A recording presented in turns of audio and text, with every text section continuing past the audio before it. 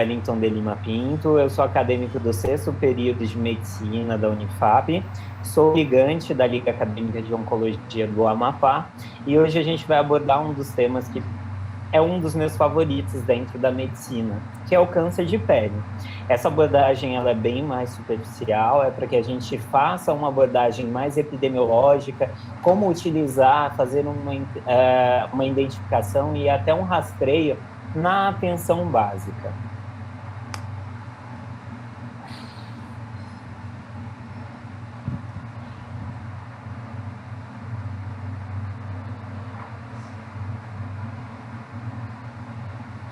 Então, vamos lá. Quando a gente pensa em câncer de pele, a gente precisa ter, claro, alguns conceitos. Os principais dele são inerentes à incidência do câncer de pele. A gente tem que ter em mente que o câncer de pele é o mais comum, tanto no Brasil quanto no mundo. E para fins epidemiológicos, os livros e a ciência, ela classifica o câncer de pele como melanoma e câncer de pele não melanoma.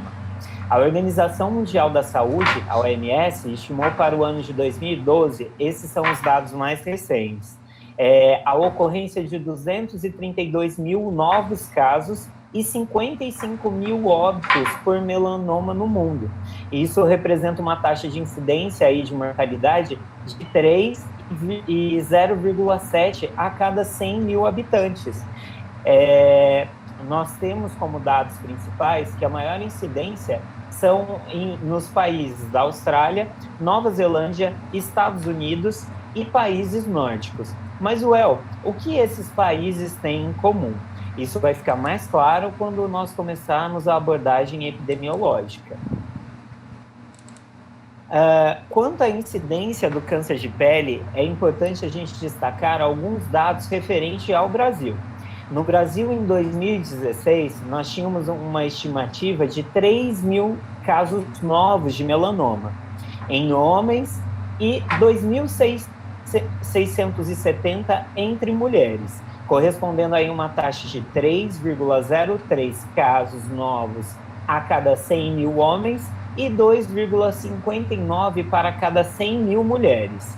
A gente tem uma taxa de incidência muito maior na região sul, com destaque para o estado do Rio Grande do Sul, que gira em torno aí de 8,02 a cada 100 mil habitantes entre os homens, e entre as mulheres, o destaque é para o estado de Santa Catarina, com 7,1 a cada 100 mil habitantes. Quanto ao câncer de pele não melanoma, a sua ocorrência ela é muito mais frequente.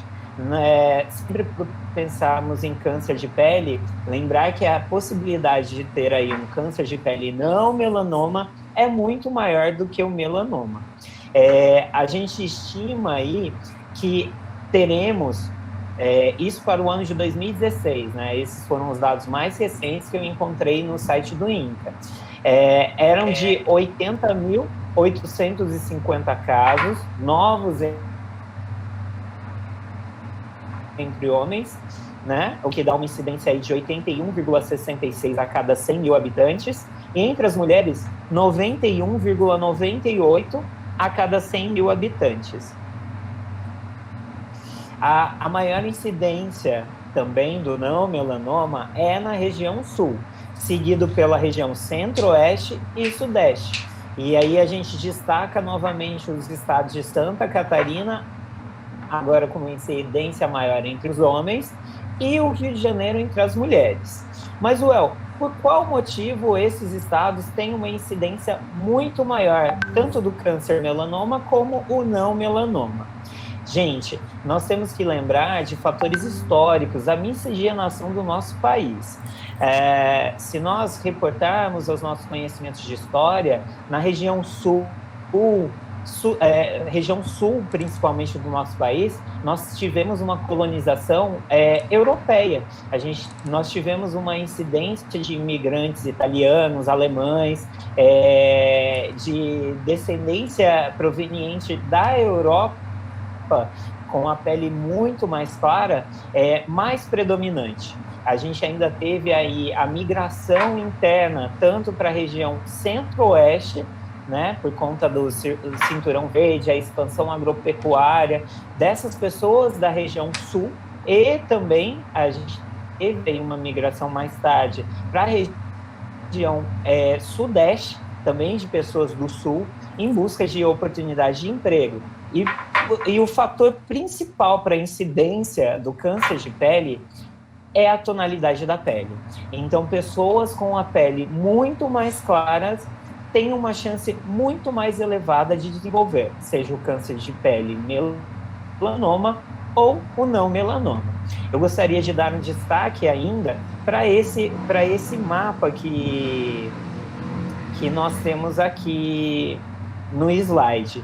A gente tem a incidência entre homens, certo? Do câncer não melanoma e do melanoma na parte de cima, com cores em vermelho, e na parte de baixo entre as mulheres. E a gente consegue notar aqui na nossa região que tanto entre homens quanto em mulheres no não melanoma, nós não temos uma incidência tão grande.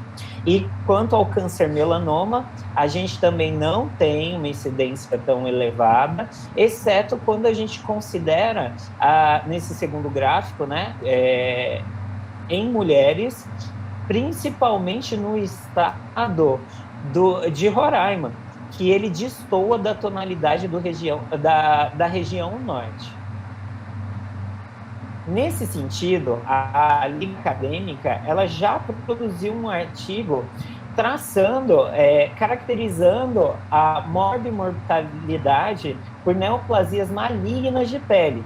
E nós realizamos aí uma análise comparativa entre todos os estados da região norte e também da região norte como um todo. Esse trabalho foi elaborado pelos colegas a Ariane, o Alexandre, o Pablo e a Raíssa, a Clara, e foram orientados pela doutora Rosilene, né? Foram utilizados dados secundários do DataSUS, né? E os resultados obtidos foi o registro na região norte de 7.281 internações por neoplasia maligna. Então, a gente tem uma variação aí de incidência de 1,05. Se a gente parar para analisar o gráfico anterior, que considera em cima de 100 mil homens e 100 mil mulheres, essa porcentagem está dentro do esperado nesse gráfico. A gente tem que destacar aí que os estados que registraram os maiores valores brutos foi o estado do Pará, seguido pelo estado do Amazonas e também o do Tocantins. A gente precisa considerar alguns fatores que geralmente não tem como considerar em dados secundários, né?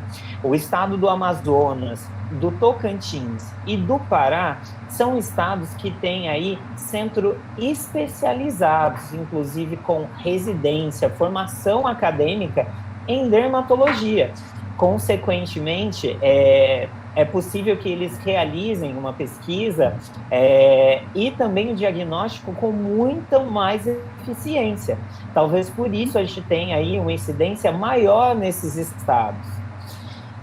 A gente tem que destacar o perfil da mortalidade na região norte, né? Predominou-se a faixa etária aí de 60 a 69 anos, né? Que teve 19,5% das internações, de 70 a 79 anos, 19,2% das internações, e quando a gente considera sexo masculino e feminino, o sexo masculino foi mais predominante, com 61,1% das internações. A gente tem, quando considera aí cor e raça, os pardos teve uma predominância maior, de 74,7%. A gente precisa obrigatoriamente lembrar que hoje na região norte, mais de 70% da nossa população se declara como pardo. Isso também justifica uma incidência maior entre os pardos. A gente observa que 409 óbitos por melanoma no estado do Pará. A gente teve no total 409 óbitos, né, sendo 167 no Pará, e ajustados aí a gente teria um cálculo médio, né, o coeficiente de mortalidade de 0,20 para o Pará, 0,34 para Roraima, seguido pelo nosso estado, o Amapá e Rondônia, ambos com 0,29. A gente precisa destacar que houve um predomínio aí da faixa etária de 70 a 79 anos, né, em que houve 90 óbitos, né, cerca de 22%, seguido da faixa etária de 60 a 69 óbitos, 69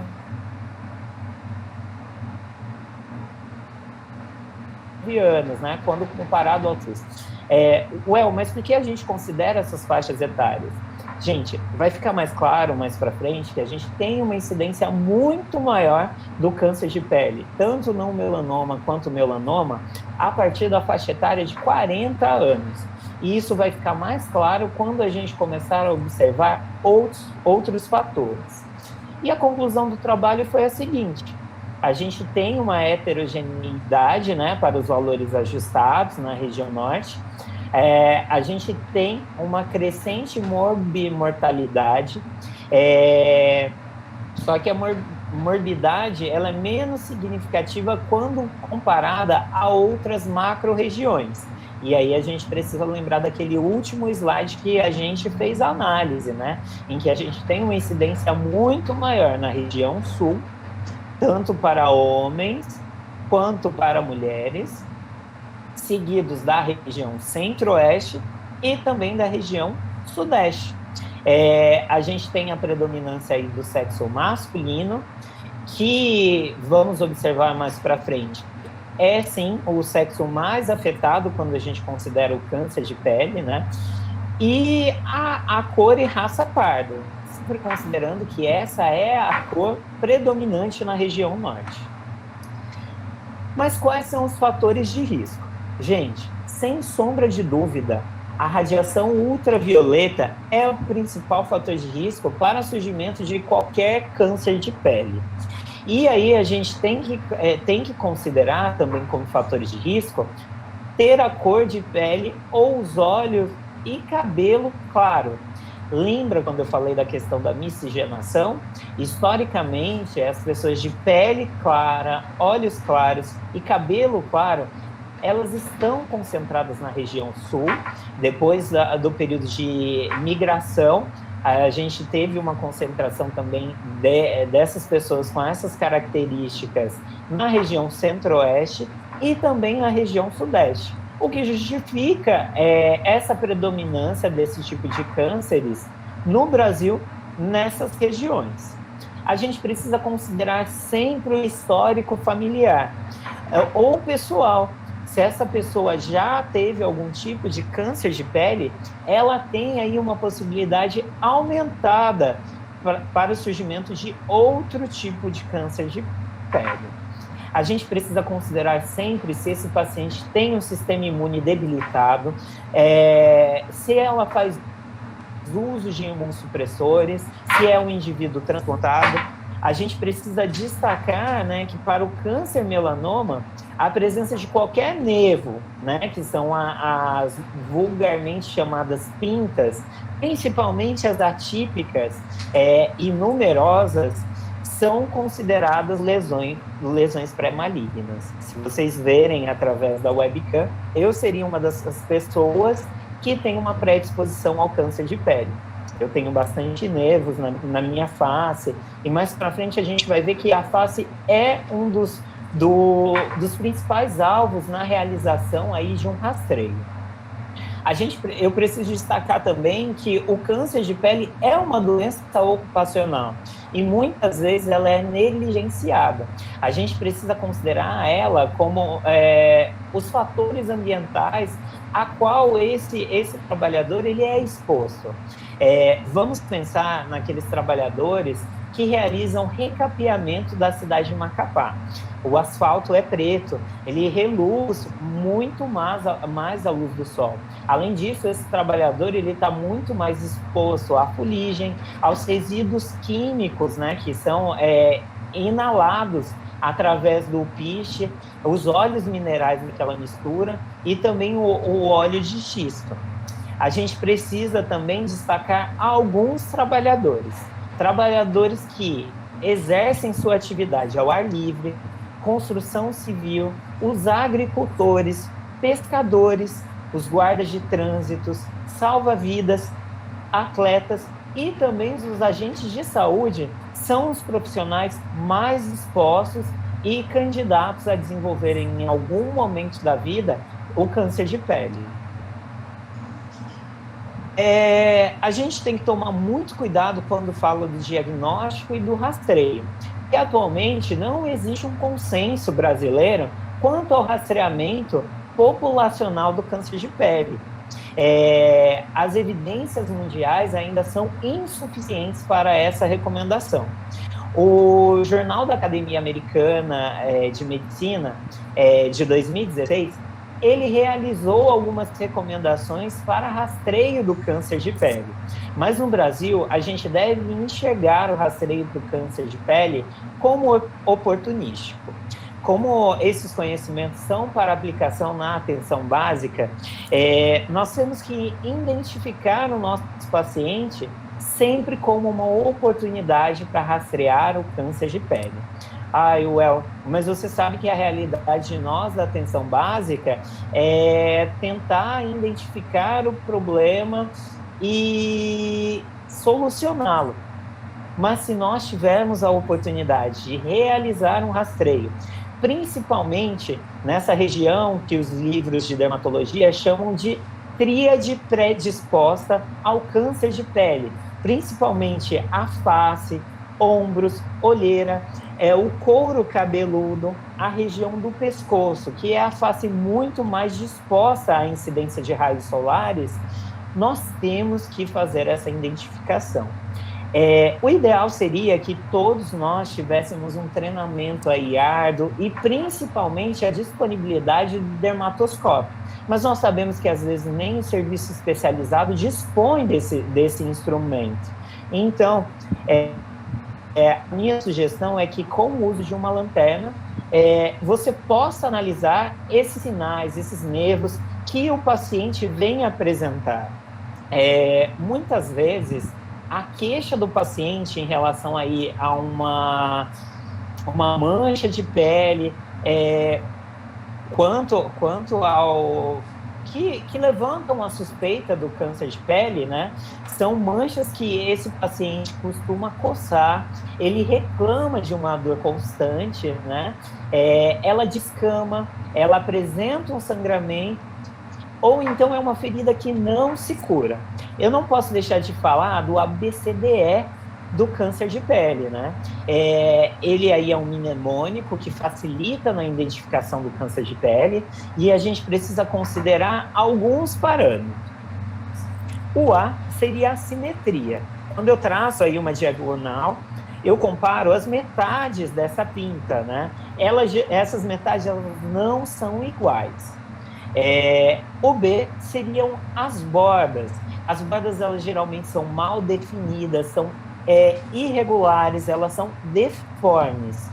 Eu tenho que considerar a cor. Existe nessa pinta várias áreas com várias tonalidades diferentes. Eu tenho tons bronzeados, marrons, pretos, às vezes tons brancos, vermelhos ou azulados. O D é o diâmetro. Melanomas frequentemente são maiores de 6 milímetros. E aí a gente tem que considerar algum parâmetro fácil para fazer essa assimilação. A ponta de uma caneta, gente. Ou a borracha de um lápis. Isso é um instrumento que nós temos com bastante frequência na unidade básica. Mas a gente precisa lembrar que eles também podem ser menores. E o E, que diz respeito à evolução. Pergunte para esse paciente se ele notou mudança no tamanho, se ele notou alteração no formato dessa pinta, ou alteração na cor.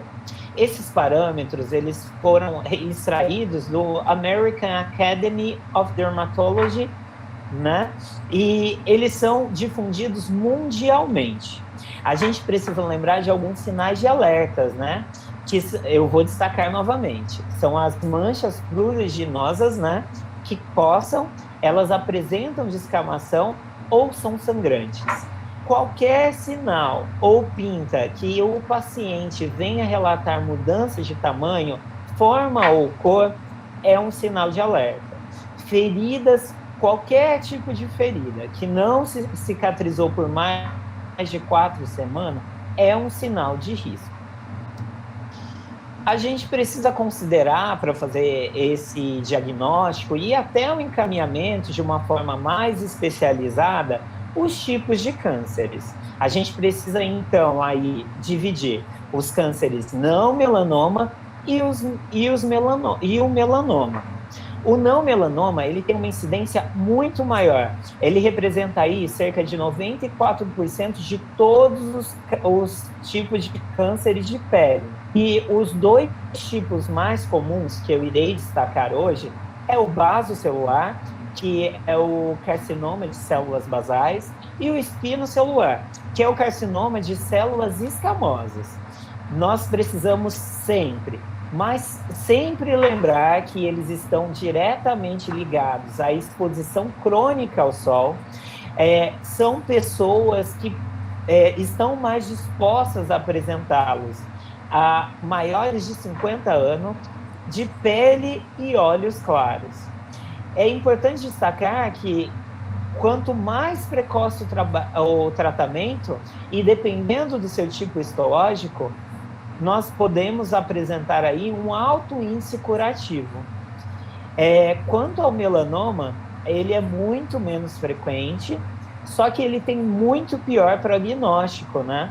Porque ele tem aí uma facilidade muito grande e poder metastático. A gente tem, então, nesse tipo de câncer, uma maior alta de índice de mortalidade, principalmente porque o diagnóstico é muito tardio. E por isso nós precisamos realizar aí o rastreio oportunístico sempre que possível. É importante destacar que o melanoma, ele surge como uma pinta escura, sobre um sinal que esse paciente já tem. E ele vai mudando de cor e pode apresentar sangramento. Ele acomete principalmente pessoas de pele clara, assim como não melanoma, né?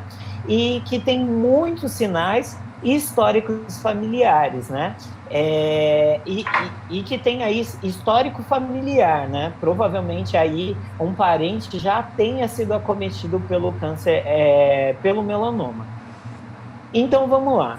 Não tem como se falar de qualquer doença dermatológica sem imagem. E o meu objetivo hoje não é trazer esse conhecimento, mas sim reavivar esse conhecimento prévio que vocês já possuem e, principalmente, utilizar da memória fotográfica de vocês para conseguirem, se necessário, fazer um encaminhamento com um diagnóstico prévio, uma hipótese diagnóstica para o serviço especializado. Tudo bem? Vamos lá. O câncer não melanoma basocelular, ele é o mais frequente e o menos grave.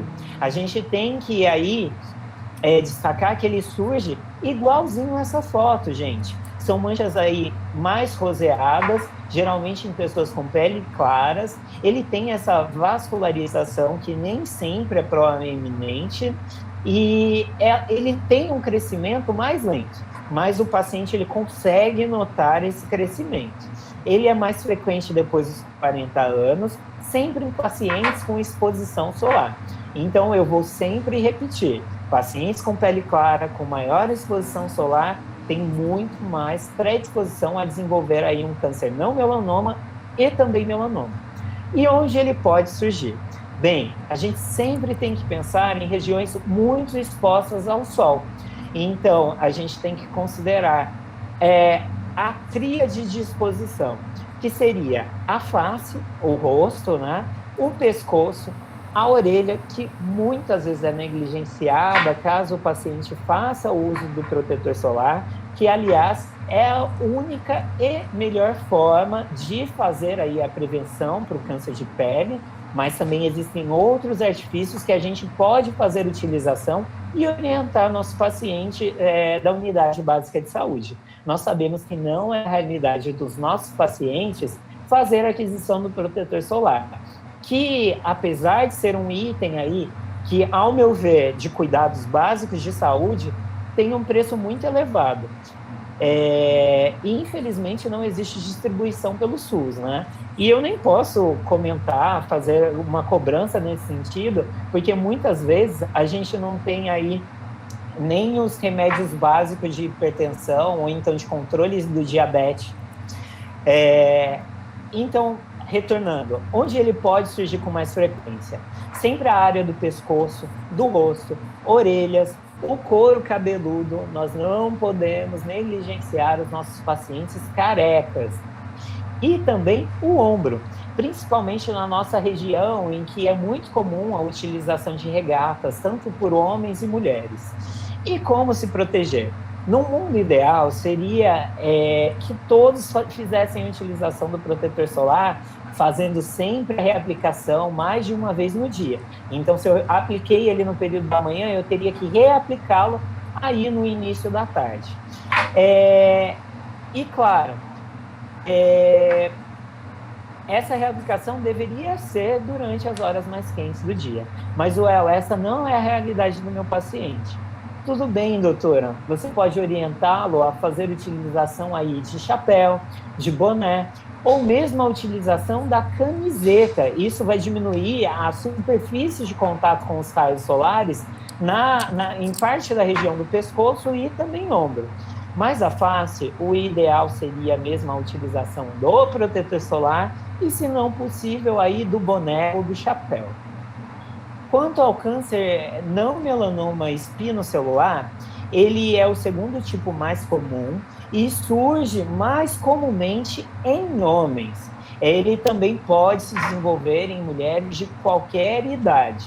E a principal característica que eu preciso destacar dele é essa forma de nó. E esse nó, ele tem um crescimento muito rápido. O paciente, ele vai relatar isso durante a consulta. É muito importante que o fator para surgimento dele é a exposição solar. Pacientes que já fazem tratamentos de quimioterapia, radioterapia, possuem qualquer tipo de problemas de pele crônico e também feridas que não cicatrizam ou cicatrizes, estão muito mais dispostos para o surgimento desse tipo de câncer. Eu preciso destacar aqui também as pessoas que possuem manchas de ceratose actina. Elas têm chances muito mais elevadas para o surgimento do câncer espinocelular. Eu não lembro qual é uma ceratose actina. São manchas superficiais da camada da pele, gente, com aspecto escamoso, verrucoso, e ela tem esse aspecto também de nó, mas muito mais leve. Vocês podem verificar isso aqui nessa imagem. Eu tirei direto do site da Sociedade Brasileira de Dermatologia. Assim como eu expliquei anteriormente, eles possuem lá um bulário com várias imagens e vários diagnósticos frequentes dentro da dermatologia. Então, se surgir alguma dúvida, consulte, revise e estude. Assim como a nossa professora de dermatologia sempre repete, dermatologia é um exame aí de treino da nossa memória fotográfica. É bater o olho e identificar a doença. E onde ele pode surgir? Sempre lembrar da tríade para surgimento do câncer de pele, né? Que é a face, os ombros, orelhas, pescoço e o couro cabeludo. Mas, gente, quando eu falo dessa região em específico, não significa que em outras áreas do corpo possam surgir. Por isso que é muito importante perguntar para o paciente se ele não tem qualquer tipo de mancha em outras partes do corpo. A gente precisa destacar que aquelas áreas menos cobertas e também mais envelhecidas, já com a presença de ruga e com a perda da elasticidade, estão muito mais propensas para o surgimento do câncer espinocelular. E como se proteger? No mundo ideal, fazer a utilização do protetor solar todos os dias. E a gente não pode deixar de orientar esse paciente para evitar de fazer o uso de cigarros e bebidas alcoólicas, além de outras substâncias tóxicas que eu já mencionei anteriormente. Lembrando que o cigarro e o álcool é fator aí de desenvolvimento de mais de 50 tipos de cânceres. E se você quiser mais informações de tipos de cânceres que o cigarro e o álcool pode acabar contribuindo para o desenvolvimento, você pode consultar o Instagram da Lacom AP, é o Instagram da Liga, e nós postamos lá sempre conteúdos acadêmicos e informativos e educativos.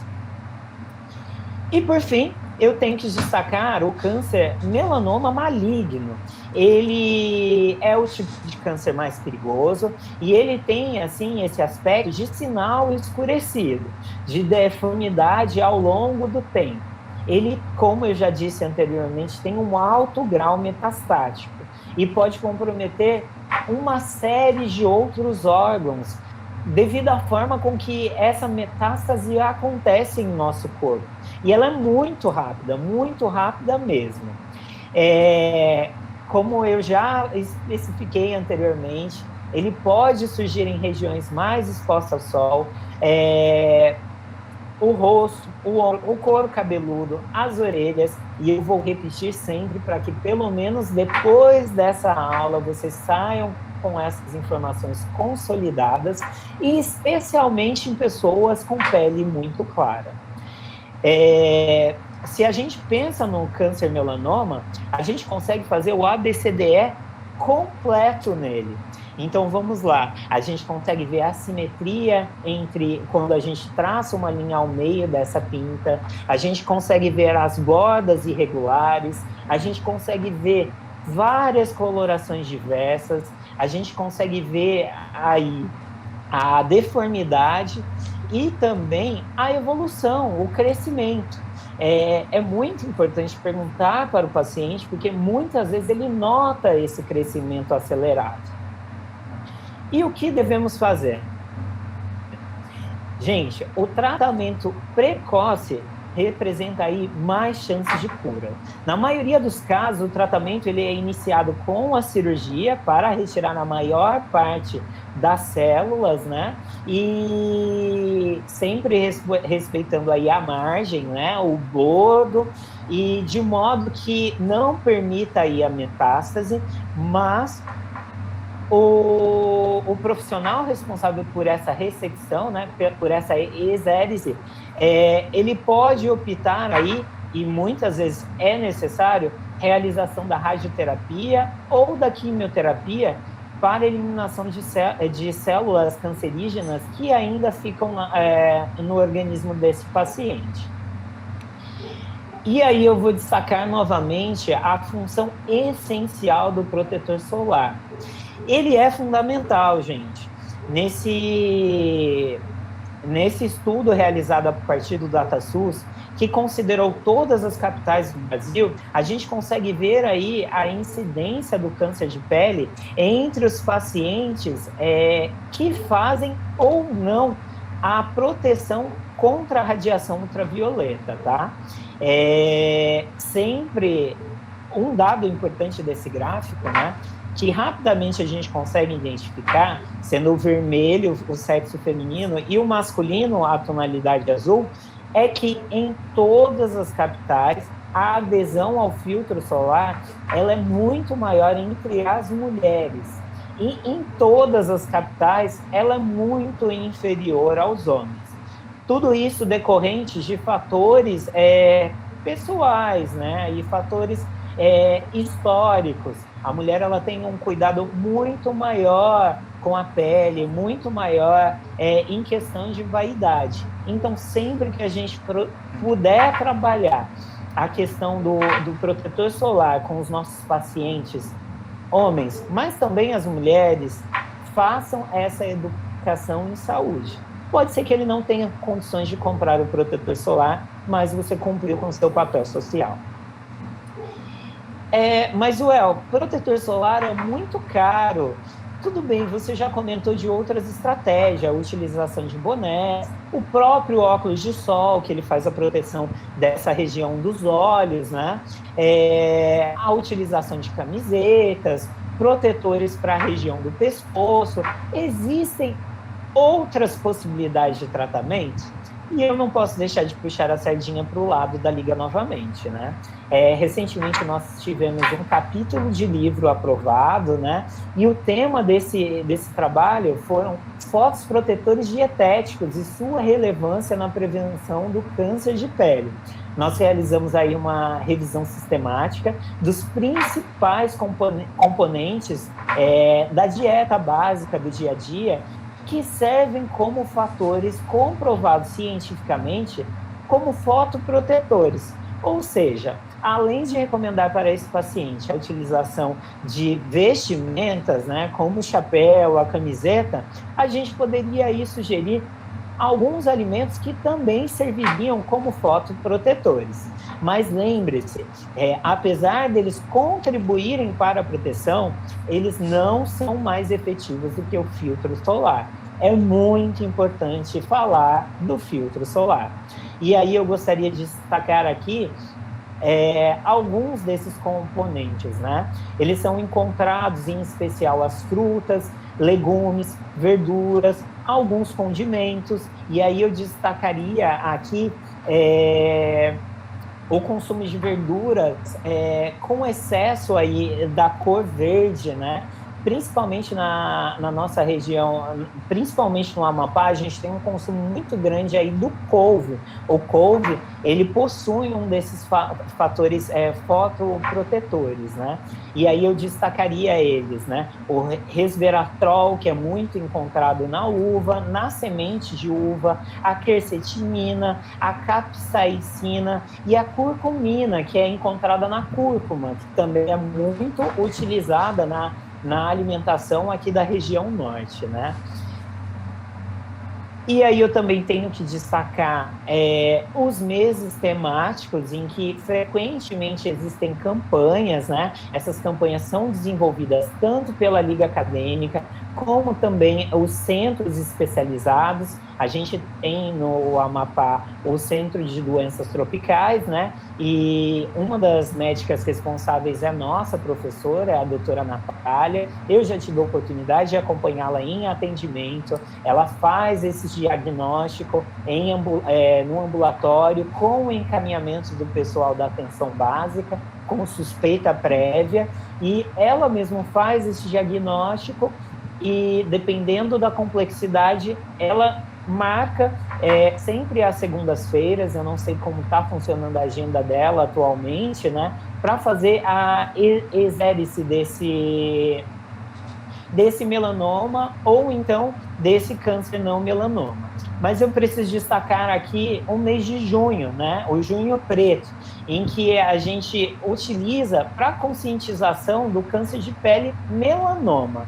Inclusive, lá no Instagram da Liga, você acompanha uma entrevista que foi realizada com a doutora Larissa, que é uma das nossas contemporâneas da faculdade. Hoje ela é R3 no Serviço de Dermatologia lá do estado do Amazonas, e numa conversa bem divertida e esclarecedora, ela levantou os principais pontos e como deve ser realizada essa verificação de manchas e também realização, por exemplo, do ABCDE na atenção primária. Eu preciso destacar também que o dezembro laranja, ele é utilizado também para conscientização de todos os tipos de cânceres de pele. Ainda sobre o Junho Preto, você encontra um material detalhado, mais dinâmico, utilizando de imagens para educação em saúde quanto ao câncer de pele. Essas foram algumas das referências que eu utilizei para ministrar essa aula. Caso tenham alguma dúvida, eu me coloco à disposição. Não sou um especialista, sou apenas um acadêmico entusiasta pela área. Mas desde já agradeço a presença de todos.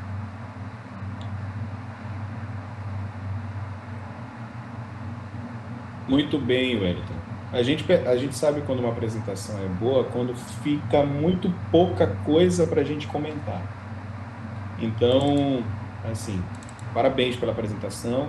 A gente vamos ser bem objetivo, pessoal. Vamos abrir logo para as perguntas, para a gente discutir, porque eu anotei algumas coisas aqui para comentar, mas eu gostaria realmente que vocês participassem fazendo as perguntas de forma bem prática. Porque assim, vocês viram a importância aí, né? Vocês viram, o Wellington colocou muito bem todas as estatísticas, colocou a importância do câncer de pele. Vocês viram que de 30% dos tumores malignos no país se dão em torno de cânceres de pele, não melanoma. Vocês viram que a incidência é altíssima, por exemplo, na região sul, está diretamente relacionada à questão da exposição solar, principalmente no Sudeste, né, nos países onde eu fiz minha residência. A gente tinha um extenso ambulatório de cirurgias, de pequenas cirurgias, onde a gente estava lá de manhã e só saía no iníciozinho da noite operando inúmeros pacientes com câncer de pele, que é uma cirurgia ambulatorial. Infelizmente, a gente vem aumentando o diagnóstico, vem aumentando a incidência. Infelizmente, é uma doença, com exceção do melanoma, é uma doença de mortalidade baixa, porque normalmente a gente consegue diagnosticar na fase inicial e 75% deles são CBC, que é um tumor menos agressivo e que metastatiza pouco, né? Ele tem em torno aí metástase, menos de 1% de metástase, diferente do SEC, que eu tenho que ter um pouquinho mais de cuidado com os linfonodos, com as cadeias linfonodais de disseminação. E, logicamente, para aquele público que vive a maior exposição solar. Então, vamos abrir para a pergunta. Vou aproveitar que a Yane está com umas 4 perguntas aí, né, Yane, para a gente discutir e ver de que forma, na prática, a gente consegue. Porque a gente tem que focar nos sinais e na aparência das lesões que nos devem alertar e que o Wellington colocou muito bem, que tem, inclusive, o mnemônico, né, o ABCD, inclusive, para a gente observar e detectar. Porque, normalmente, quando chega para o cirurgião oncológico, é aquela lesão, pessoal, que eu preciso, às vezes, fazer uma rotação de retalho, ou um enxerto, ou até uma cirurgia maior. Às vezes, infelizmente, aqui no estado do Amapá, nós já tivemos alguns casos, acreditem, de amputação de membro por conta de carcinoma espinocelular. Isso aí é um absurdo. Então, uma doença que tem uma evolução mais lenta, mas que a gente precisa estar atento. E às vezes você vai investigar na história do paciente, não é muitas vezes culpa do paciente. Às vezes ele foi, mostrou aquela lesão, alguém passou para ele um corticoide, alguém medicou ele com um ácido qualquer, alguém fez uma biópsia inadequada e aí veio inconclusiva e não aprofundou na investigação. Então, por exemplo, se você tiver uma lesão e você suspeite, insiste no diagnóstico. Tá? Vamos lá, Yane, quer fazer alguma pergunta, ou debater, ou comentar alguma coisa? Que o Wellington com certeza está pronto. Mais um dermatologista na área. Na verdade, eu fiquei, sim, com um pensamento bem forte no momento da palestra dele, principalmente quando ele falava sobre o artigo que a Liga fez da incidência no país. Então, assim, eu não tenho estudo aprofundado em relação a isso, né, evidência, mas na prática perceba que na nossa população nordeste e norte do país carece muito da educação em saúde. Então, a gente recebe muito paciente que não sabia. Eu achei que fosse só uma pinta. Aí, de repente, a pinta começa a crescer e depois ela começa a sangrar. E mesmo assim, as pessoas toleram isso por muito tempo antes de procurar um atendimento. E eu acredito, mas é um pensamento leigo. E eu queria ouvir a opinião da Liga, porque eles devem ter feito um levantamento científico em relação a isso. Sobre essa questão, será que o norte e nordeste do país não tem um índice baixo por falta de diagnóstico ou notificação? Com toda certeza, doutora Iane. O nosso trabalho mesmo voltado à região norte, se a gente comparar os dados com algumas informações assim, quanto à formação de profissionais na área de dermatologia, a gente vai ter aí uma busca, uma incidência muito maior de cânceres de pele nos principais serviços da região norte, né? Que é o Amazonas, que tem aí uma residência muito boa na região norte em dermatologia. A gente tem o Pará e também o Tocantins. Com exceção desses 3 estados, nenhum outro estado possui um centro aí, referência e formação de profissionais, o que diminui muito a realização de palestras em educação em saúde, programas de conscientização e até um programa mais efetivo para diagnóstico. No Amapá mesmo, a gente só pode contar com o nosso com um professor lá no HCAL e também o CRDT, né, o Centro de Referências em Doenças Tropicais. Mas se a gente considerar que para um estado de 800 mil habitantes, atualmente o CRDT ele dispõe, salvo engano, de 3 dermatologistas. A gente tem um número muito inferior do que há necessidade. E nós sabemos que assim, as doenças dermatológicas, elas são muito negligenciadas. Elas são sempre as últimas a serem tratadas pelo especialista. Muitas vezes o paciente ele faz a queixa aí de uma doença dermatológica, ela é diagnosticada de forma errônea ou negligenciada e, como você mesmo relatou, doutora, o paciente só nota mesmo a gravidade quando a gente tem um aumento do tamanho da pinta, quando ela já está num grau mais avançado.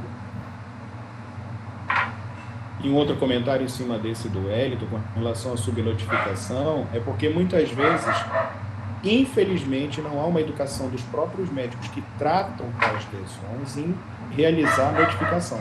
Então, muitas vezes o paciente vai num consultório, vai no ambulatório, ou do dermatologista, ou do cirurgião plástico, e assim, ou às vezes até do cirurgião geral, e aí faz a ressecção, faz o diagnóstico, e esse diagnóstico acaba não tendo a notificação adequada. Então, por exemplo, pacientes hoje que vão na clínica dermatológica, muitas vezes fazem o tratamento, e se você não tiver um centro de referência para que você faça essa notificação, acabam se perdendo muitos dados. Certo. Obrigada. Obrigada, doutor. Obrigado, El. Gabriela, que está de plantão aí. Pergunta para o doutor, nosso dermatologista aqui, o doutor Wellington. Não, professor. Ou cirurgião oncológico, né? De repente. Não. Eu quero cirurgia plástica reconstrutiva. Pronto, também já trabalha na área de câncer de pele, que muitas vezes a gente acaba entrando, o cirurgião oncológico acaba entrando, fazendo o trabalho da resecção, e a gente muitas vezes precisa do apoio do colega cirurgião plástico para fazer a fase de reconstrução.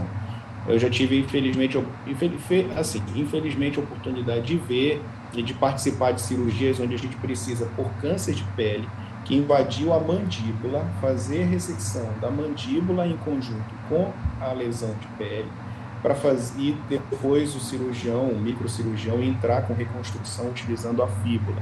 Então, só para vocês terem uma ideia do quão muitas vezes a gente diagnostica esses pacientes em fase avançada. Eu queria também a gente focar no sentido do diagnóstico que vocês precisam mentalizar dentro da unidade básica de saúde. Então, aquilo que o Wellington comentou, aquela lesão que tem algum tempo, que não cicatriza, que está ali com um dos fatores que mais chama atenção, as bordas irregulares, multicolor, muitas vezes tem uma mesma lesão, tem várias cores, assimétricas, ou seja, todo aquele ABCD, fiquem atentos. E é uma lesão que muitas vezes ela vai ulcera, a ulceração cicatriza, nesse momento que ela ulcera, sangra, e depois volta a não sangrar, e depois volta a sangrar novamente.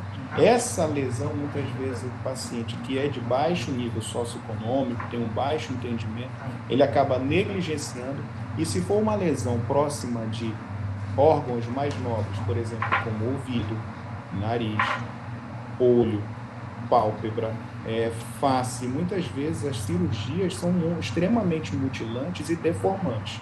No tratamento dos cânceres de pele, pessoal, a gente prioriza no tratamento. Bom, só fazer um comentário então com relação ao tratamento. A gente tem alguns critérios que a gente avalia se a lesão ela é de baixo risco ou se ela é de alto risco. Então, de um modo geral, lesões com menos de 2 centímetros, com bordas regulares, lesões, ou seja, aqueles CBCs mais redondinhos, nodulares ou superficiais, lesões que não estão em áreas irradiadas, em paciente não imunossuprimido, a gente considera essas lesões de baixo risco. Então, quais são as lesões que eu considero de alto risco? São lesões que têm mais de 2 centímetros, que têm as bordas irregulares, que muitas vezes são localizadas em áreas já irradiadas, e pacientes imunossuprimidos e idosos. Então, essa é uma distinção que a gente faz dessas lesões de baixo e alto risco. Na grande maioria das vezes, o tratamento é cirúrgico, ou seja, eu consigo fazer o tratamento curativo, em 86% dos casos o tratamento é cirúrgico e eu consigo resolver o problema do paciente. Em alguns casos, eu tenho uma limitação por conta das margens. É óbvio que eu preciso retirar toda a lesão. E aí a gente tem que ressecar a lesão e deixar o que a gente chama de margens livres. Para as lesões de baixo risco, eu tenho que dar uma margem pelo menos de 4 milímetros. As lesões que eu chamo de alto risco, eu preciso dar uma margem maior, de 6 milímetros ou até 1 centímetro, dependendo, é óbvio, da localização da lesão. Isso eu estou falando de CBC e estou falando de carcinoma espinocelular. Para o melanoma, eu tenho outros critérios que são mais complexos e que eu preciso avaliar. Então, essas lesões, com 86% das vezes, eu consigo resolver cirurgicamente. Quando que eu preciso, eu tenho estratégias para fazer isso. Por exemplo, na semana, acho que faz mais ou menos um mês, nós tratamos uma paciente onde a gente precisou fazer uma ressecção da asa nasal direita. E o que a gente faz nesses casos? Para eu garantir que a lesão foi completamente ressecada, eu utilizo a presença do patologista na sala, que é um exame de congelação. Então, ele avalia a margem da lesão que foi ressecada e diz, olha, Roberto, aqui as margens estão livres, e a partir desse momento eu inicio o processo de reconstrução do paciente.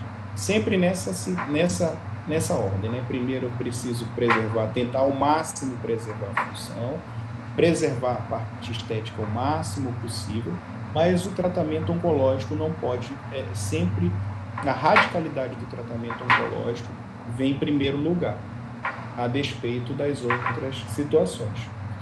Então, muitas vezes eu preciso me utilizar da congelação se eu estiver numa região onde eu preciso trabalhar com as margens mínimas.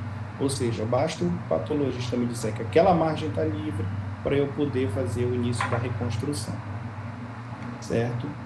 É óbvio que se as margens estiverem comprometidas, eu preciso ampliar a margem, ou seja, eu vou ressecar naquela área onde ele me disse que ainda tem comprometimento. Então, na hora que eu dou a peça cirúrgica para o patologista, eu digo, olha, essa aqui é a minha margem superior, essa aqui é a minha margem lateral, essa aqui é a minha margem medial e essa aqui é a minha margem inferior. E às vezes o patologista leva, a gente continua na sala, o paciente continua lá, anestesiado, e ele vai me informar. Roberto, a margem inferior está comprometida, então eu preciso ampliar na região inferior de onde eu ressequei. Deu para entender isso aí? Tá tranquilo isso aí? Se for uma área onde eu posso, né, onde eu tenho maior mobilidade de pele, se eu tenho, por exemplo, no dorso ou na região peitoral do paciente, onde eu tenho... Aí, muitas vezes, eu não preciso o patologista na sala para eu fazer uma margem segura. Eu vou ali, resseco com meio centímetro ou 1 centímetro de margem, se eu tiver tecido facilmente para fechar a lesão em um fechamento primário. E a questão dos linfonodos? Quem quer comentar? eu tenho um tumor que dá pouca metástase linfonodal, que é o CBC, mas o SEC, por outro lado, em até 30%, em algumas estatísticas, eu tenho linfonodos comprometidos. É lógico que quanto maior o estadiamento da doença, quanto maior a lesão, maior a chance de eu ter doença linfonodal. Como é que eu faço uma avaliação dos linfonodos? Quem se arrisca a comentar? Ou quem gostaria de comentar, melhor dizendo?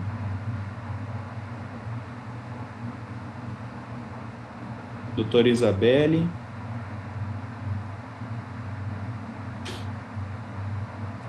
Doutora Júlia. Wellington. Bom, a primeira forma como eu posso avaliar os linfonodos é a forma mais simples e barata possível. Como é que é, Wellington? Palpação, mobilidade. A gente tem que verificar, na verdade, o local, né, da lesão. E aí a gente tem que raciocinar. Eu estou lembrando da sua aula durante os tutoriais. A gente tem que lembrar de quais são as cadeias que fazem a drenagem daquele membro ou daquela região em que se encontra a pele. Aí a gente faz a palpação, né, da região linfonodal, verifica a mobilidade, consistência, verifica se são áreas bilaterais, a gente pode fazer comparação entre os linfonodos. A questão da sensibilidade também, se é doloroso ou não. É isso. Toda a área do nosso corpo tem uma região, um sistema de drenagem linfática. Então, é óbvio, se eu estou ali com uma lesão de pele na região pré-auricular, eu tenho que avaliar os linfonodos cervicais. Se eu tenho uma lesão na região da coxa, eu tenho que avaliar os linfonodos inguinais e linfonodos pulcrídeos. Por quê? Eu tenho um sistema de drenagem que segue, na grande maioria das vezes, um fluxo, e é por isso que, por exemplo, para o melanoma, eu implemento aí os linfonodos sentinela. Então, no exame físico desse paciente, eu já faço também, dependendo do caso, a palpação e a avaliação desses linfonodos regionais. Avaliar o que o Wellington falou e que a Isabelle comentou. Tamanho, consistência, mobilidade e número de linfonodos aumentados. Se eu tiver alteração nesses 4 critérios, ou seja, se eu, por exemplo, tiver um linfonodo aumentado de tamanho, endurecido, com menor mobilidade ao exame físico, ou até mesmo um conglomerado linfonodal, eu já parto do pressuposto que para aí eu tenho uma fonte de metástase linfonodal. Certo? Então, clinicamente, eu já consigo fazer uma avaliação desses linfonodos. É lógico que aí, a posteriori, eu preciso fazer exames de imagem, onde eu vou lançar mão de tomografia, com utilização de contraste, verificar se esses linfonodos têm captação e principalmente avaliar se eu tenho outros sítios metastáticos. Doutora Roberta, gostaria de comentar, fazer algum questionamento?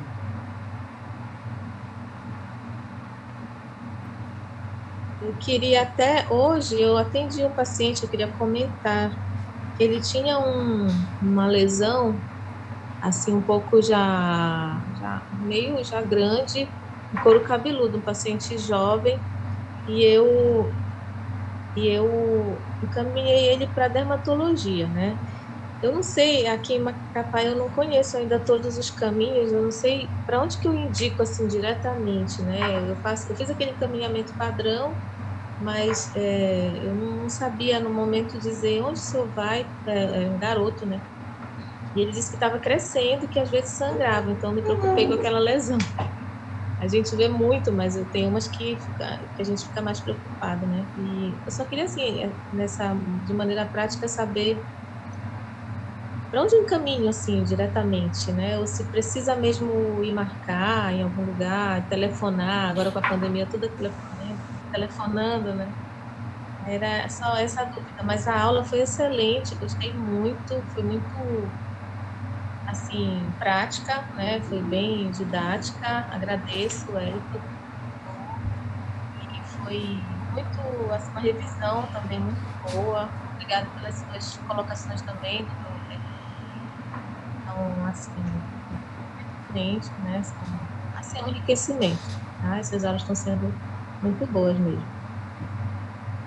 Então, a gente, na verdade, as lesões de pele, em geral, elas passam por uma avaliação dermatológica. Então, muitas lesões de pele acabam sendo encaminhadas por dermatologista. O que é mais importante é vocês suspeitarem daquela lesão, que muitas vezes pode ser uma leishmaniose, mas pode mimetizar uma lesão neoplásica. E aí, muitas vezes, aí o dermatologista tem uma subespecialidade, que é a dermatologia cirúrgica. Então, tem alguns dermatologistas que conduzem muito bem a parte de câncer de pele, estão extremamente habilitados no tratamento de lesões neoplásicas, e outros dermatologistas já não trabalham mais tanto com a parte oncológica. E, em geral, quem me encaminha os pacientes com lesões de pele são os dermatologistas. O que eles fazem muitas vezes, Roberta, é uma biópsia, e aí eles fazem, porque a gente tem 2 tipos de biópsia. A gente tem uma biópsia chamada excisional, que é quando eu resseco, ou seja, eu retiro toda a lesão, mas eu não me preocupo muito com as margens. Em média, em geral, eu tenho 1 a 2 milímetros de margem, e muitas vezes, dependendo da avaliação do exame de parafina, né, no exame da patologia, eu preciso muitas vezes até ampliar essa margem, se vier na patologia, por exemplo, as margens exíguas. E em aquelas situações onde o dermatologista faz a biópsia incisional, que na verdade, ele faz apenas a ressecção de uma pequena amostra da lesão. Tem situações, lesões, por exemplo, perioculares, perinasais, lesões onde envolve pálpebra, onde você vai fazer uma ressecção, e você precisa fazer uma reconstrução, uma cirurgia de maior porte. Essas lesões, obrigatoriamente, a gente faz previamente uma biópsia incisional. Para quê? Para eu ter uma documentação, ou seja, já tem um diagnóstico prévio que aquilo é uma lesão maligna. Porque muitas vezes você vai precisar, por exemplo, retirar um segmento de cartilagem do pavilhão auricular para reconstruir uma asa nasal. Ou fazer uma rotação de retalho, ou fazer um enxerto de pele, onde você vai pegar uma outra área doadora do próprio paciente para fazer um enxerto de pele.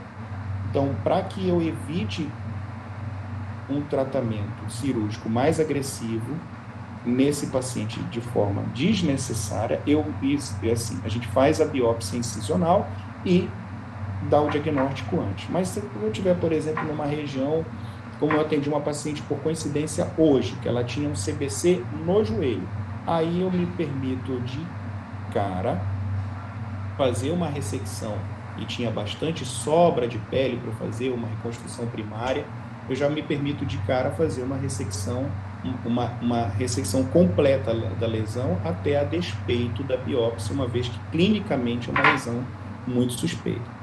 Então, essas situações, o dermatologista, dependendo da experiência e da expertise dele em tratar os cânceres de pele, muitas vezes ele encaminha para o cirurgião oncológico para poder fazer o tratamento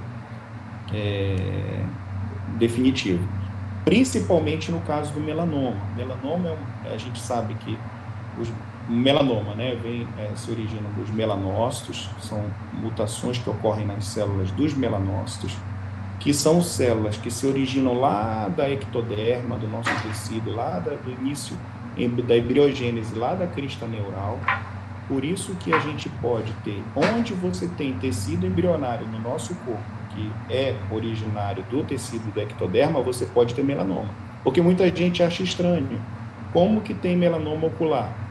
Como que tem melanoma no estômago? Como que tem melanoma na vulva?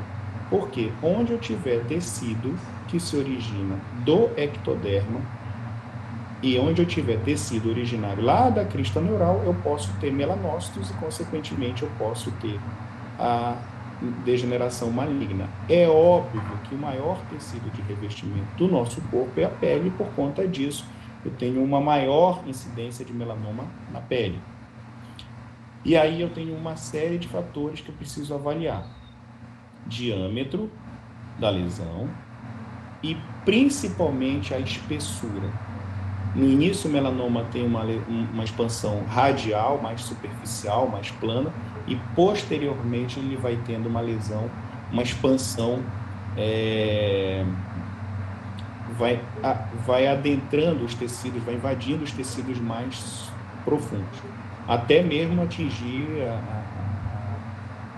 a aponeurose, por exemplo. Então, o problema disso é que eu tenho uma maior incidência de metástases, tanto linfáticas quanto hematogênicas, ou seja, tanto pela via da drenagem linfática, quanto pela corrente sanguínea de tumores de melanomas, mesmo em fases mais iniciais. E aí, esses pacientes acabam tendo um prognóstico muito pior do que os pacientes que são tratados por CBC e SEC.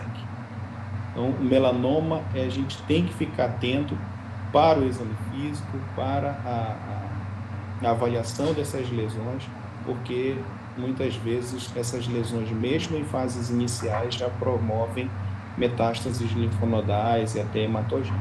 A gente está acompanhando o caso de uma paciente que ela fez um melanoma de reto. Na verdade, olha só que história, ela fez um pólipo de reto, e na ressecção desse pólipo via colonoscópica veio melanoma.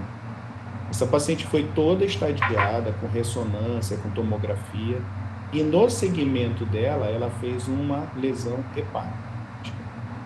Fizemos a biópsia, confirmou que era meta-hepática. E aí fui para a quimioterapia, teve uma resposta de 30%, e agora ela está, depois dos exames de estadiamento, tomografia de tórax, tomografia de abdômen, ela teve uma redução de 30% na lesão hepática, ou seja, ela tem uma meta única, então é um caso raro que a gente pode ter de oportunizar para essa paciente uma metastasectomia, ou seja, uma ressecção dessa meta hepática por conta dela ter uma boa resposta à imunoterapia. Certo, pessoal? Muito boa reunião. Wellington, alguém quer mais comentar, perguntar, fazer alguma observação, algum comentário, ou uma pergunta mesmo?